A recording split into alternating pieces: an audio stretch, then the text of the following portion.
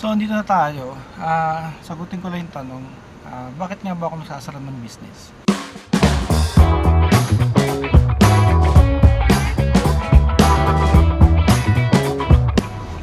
Hi guys, good day sa inyong lahat. Today is Monday, June 8 at ngayon ay alas 3:18 or 3:18 ng hapon. So, samahan nyo ako ngayon. Hindi to biyahe. Off ako ngayon. So, samahan nyo ako sana. Ipakita ko sa inyo kung paano ang proseso or step by step process ng pag-close ng business o pagsara ng business. Actually, first time ko itong gagawin. So, wala pa akong alam. Malalaman natin mamaya. Papunta ako sa munisipyo para alamin yung mga kailangan gawin at mga requirements, pati magkano mga babayaran from sa mayor's permit or sa municipal hall hanggang BIR at hanggang DTI kung ano mga kailangan gawin. Kasi as per research ko, yung tatlong yun ang basically yung tatlong branches na kailangan mong puntahan para ipasara completely ang business. So, tara!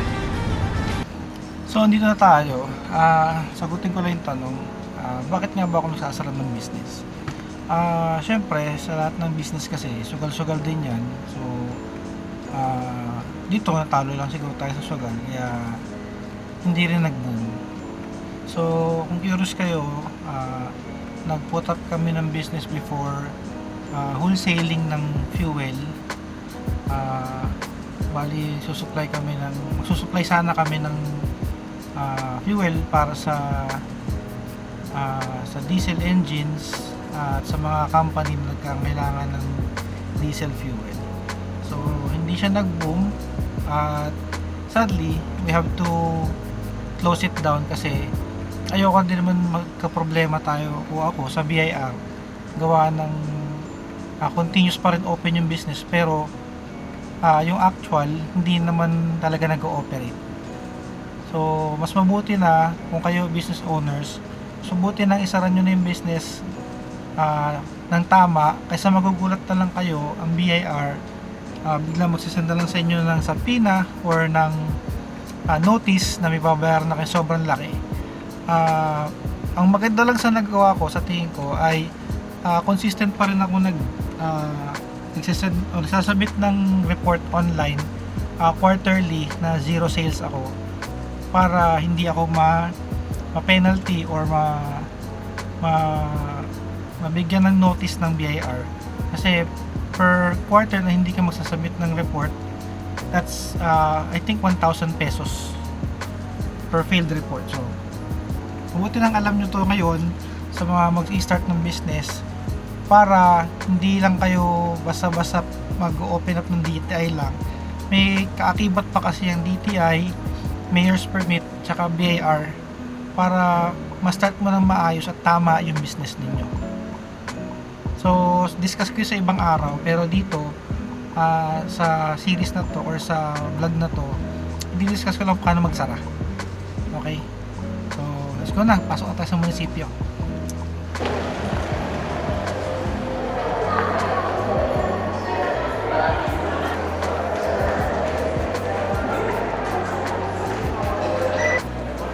So, pupunta tayo sa ito, Office of the City Business Permits and Licensing Office.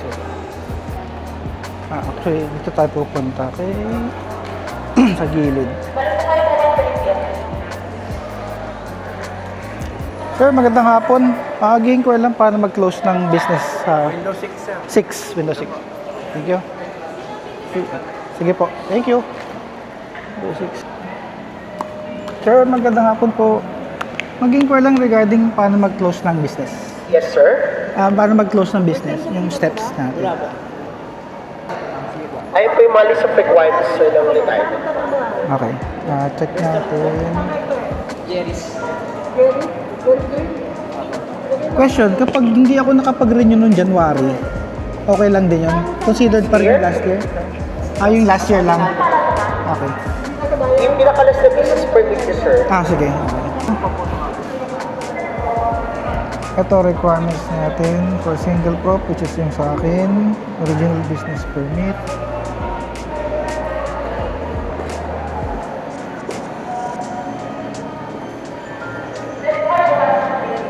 Permit, proof of annual gross, so wala naman ako ganyan, valid ID, face specimen signature, tsaka certificate of closure from barangay.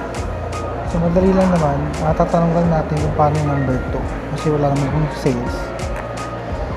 Sir, question lang, yung sa number 2 nito, paano kung zero sales ako since last year? Pero nag-file ka sa BIR.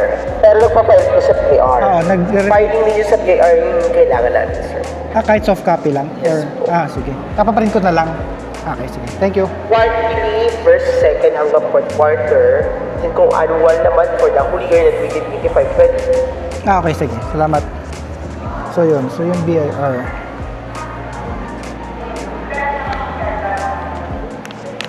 So, bali, tatabi natin ito. Ay, petition of retirement of business.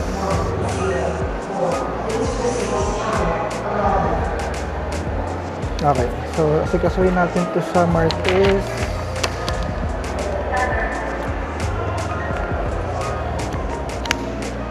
Tapos, dito tayo sa DTI. Kasi ito ang DTI office. Ano ba kayong tawag? Yun. Sir, good afternoon. Mabala kayo, sir. Inquire lang ako paano mag-close ng business sa DTI. Oo. Hindi kasi bumenta yung business. So, mag-close na lang namin kaysa ano. Tama na, sir. Alam, parang doc stamp lang babayaran dyan, no?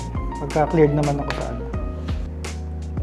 Doon pa din ba yung office nyo sa lumang munisipyo? Sa DTI? Yung office nyo doon para sa lumang munisipyo dati? Sa 13 po? Sa 13? Hindi lang ang munisipyo sa provincial capital. Kapitolyo po. Sa amin? Doon na nilipat na nila sa sa bago? Hindi po, luma pa rin po. Yung luma pa rin. Iba ko kasi yung munisipyo. Iba pa yun? Naghiwalay po yung munisipyo ng 13. Sa Kapitolyo? Okay. Sige. Form tsaka requirements. Sige po. Ito yung may sa notarized. Ayun, sige. Okay, sir. Salamat po.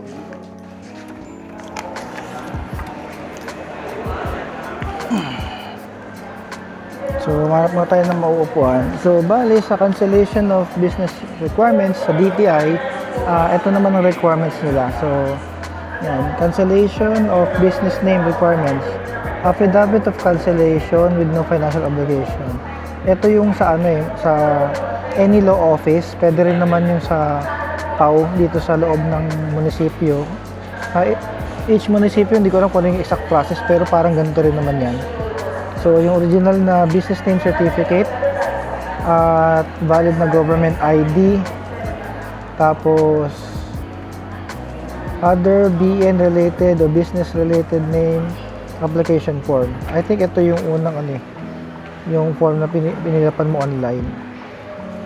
So, kung di ako nagkakamali, ito ay nasa 300 papagawa ng affidavit neto, affidavit of cancellation. So, tapos after nito, pupunta ka na sa munisipyo sa 13, dito ka sa Cavite, sa provincial capital, 13 yung pinaka-DTI office sa second floor. Then, ipaprocess na yun. Magbabayad ka lang sa doc stamp, 125 ata, hindi nagkakamali before. Ewan ko lang ngayon pero yun ang proseso niya. Ang hindi ko na lang alam is yung sa BIR kasi ngayon iisang office lang naman din o isang branch lang napuntahan ko, yung munisipyo at yung DTI, kaya nakuha ko to info. So ang next information natin or next topic natin is yung sa BIR naman na cancellation. So for now, ito muna ang aking fill-upan.